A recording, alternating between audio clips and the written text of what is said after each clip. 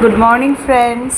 আজকে আমরা সানডেতে আমার বোন এসেছিলো গুয়াহাটি থেকে, তো আমরা কাঁচাকান্দি মন্দির আর বনদুর্গা মন্দির ঘুরে আসলাম, পুজো দিয়ে আসলাম। বনদুর্গা মন্দিরে আমরা মন্দির প্রদক্ষিণও করলাম, তারপর কিছু ছবি তো তুললামই সবাই মিলে। ছবি ছাড়া তো মানে ঘোরাঘুরিটাই যেন ইনকমপ্লিট হয়ে যায়। তো মন্দিরে গিয়ে তারপরে প্রদীপ দিলাম ঠাকুরের কাছে, প্রদীপ জ্বালালাম। অনেক লোক ছিল আজকে মন্দিরে, পুজো দিচ্ছিল, খুব ভালো লেগেছে।